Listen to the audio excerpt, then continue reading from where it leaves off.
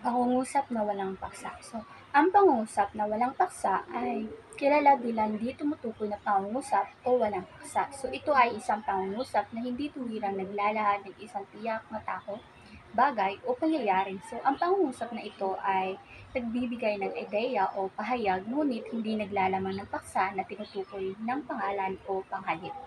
So, extensional. So, ang extensional, ito ay nagpapahayag ng pagkamayroon o kawalan ng isa at o higit pang tao, bagay at iba pa. So, ang halimbawa na ang unang halimbawa ay may mga nagpapabakuna ng AstraZeneca sa RHU. So, ipinapahayag dito ang pagkakaroon ng mga nagpapabakuna sa RHU. So, ang pangalawang halimbawa ay ito ay wala pang ayuda. So, ipinapahayag dito ang kawalan ng tulong o ayuda sa kasalukuyan na panahon. Sa pangatlong halimbawa naman, ito ay mayroong laman ang pitaka. So, ipinapahayag dito ang pagkakaroon ng laman ng pitaka. Sa pangalawa naman ay walang pagkain sa lamesa at ipinapahayag dito ang kawalang pagkain sa lamesa. So sa modal naman, ito ay nangangahulugan na ito ng gusto, nais, pwede, maaari, dapat o kailangan. So halimbawa nito ay pwede bang sumali? Pwedeng sumali. So sa paliwanag na ito ay ginagamit ang modal na pwede upang itanong kung may pahintulot na sumali. So sa pangalawang halimbawa naman ay makikita natin na maaari ba?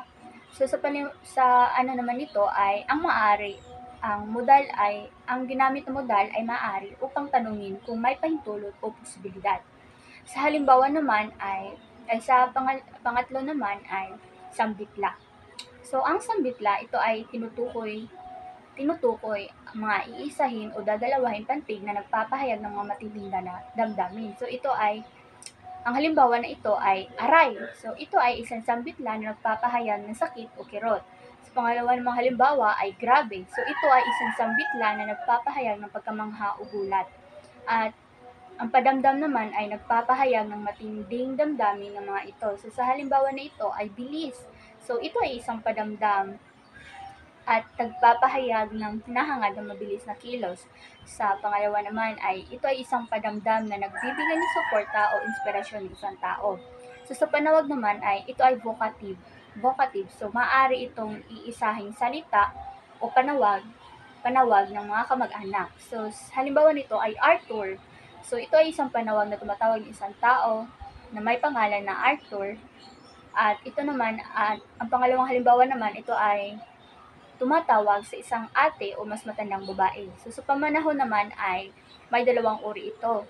At ang pamanahon ay ito ay nagsasaad ng oras, kalagayan, uri o panahon at binibigyan ito ng impormasyon ng kailan o kondisyon ng isinusulat.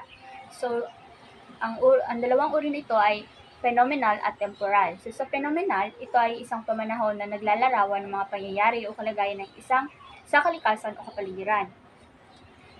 At ito ay nagbibigay ng pag-unawa ng mga kondisyon at sitwasyon na nararanasan sa paligid. Halimbawa nito ay umuulan.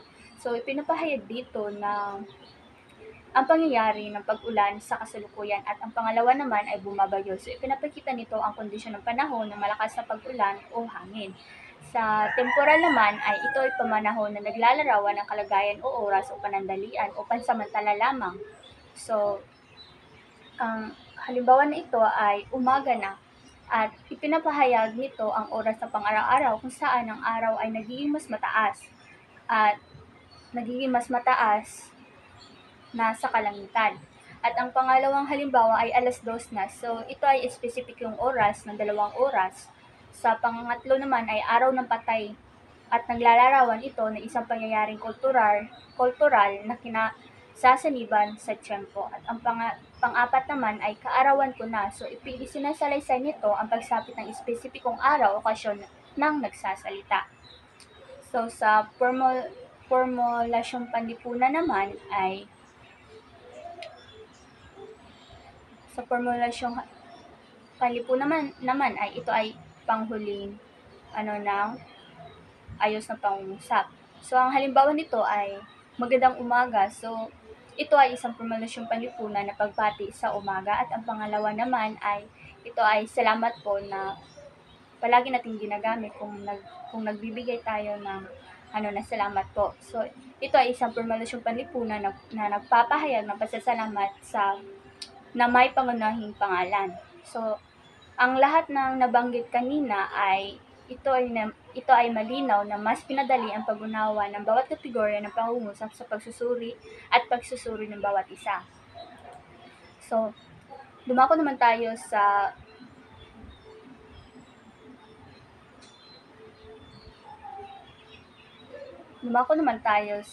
ayos ng pangungusap.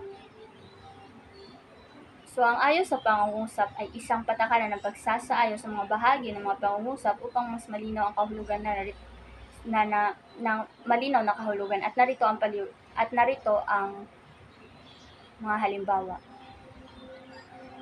So, ang unang ayos na pangungusap ay may dalawang uri. Ito ay di karaniwan at karaniwan at di karaniwan. So, sa ayos na pangungusap ito ay isang patakaran ng pagsasaayos ng mga bahagi ng pangungusap upang maging mas malinaw ang kahulugan na mga kahulugan nito. So, una ay ang karaniwan. So, ito ay makikita natin sa halimbawa na mabait si Ana. So, sa ayos na ito ay ang panag-uri o pangyayari ay mabait at ito ay nauuna bago ang sinuno na si Ana. So, ito ay isang karaniwang ayos sa pangungusap kung saan ang kilos o katangian ay inilalagay bago ang taong gumagawa ng kilos. At ang pangalawang halimbawa naman ay naglalaro ang mga bata. So, sa paliwanag na ito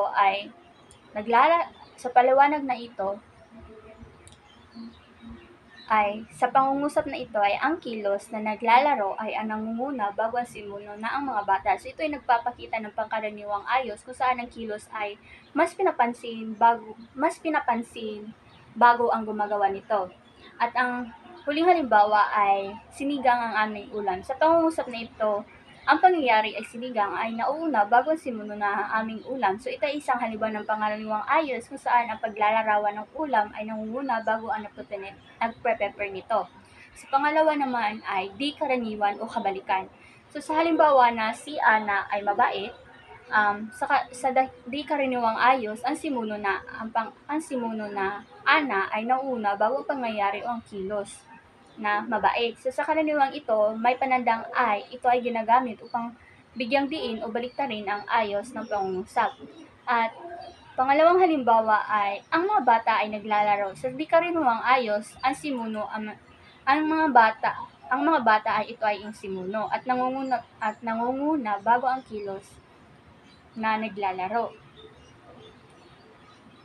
So, ang pangungusap na inaayos na may panandang ay upang bigyan diin ang simuno. So, ang halimbawa na ang aming ulam ay sinigang ay sa pangungusap na ito, ang simuno ay ang aming ulam at nauna bago ang pangyayari na sinigang. So, ito ay isang halimbawa ng di karaniwang ayos kung saan nilalagay ang simuno bago ang pangyayaring bigyan diin ang paglalarawan sa oras. At yun lang po at maraming salamat.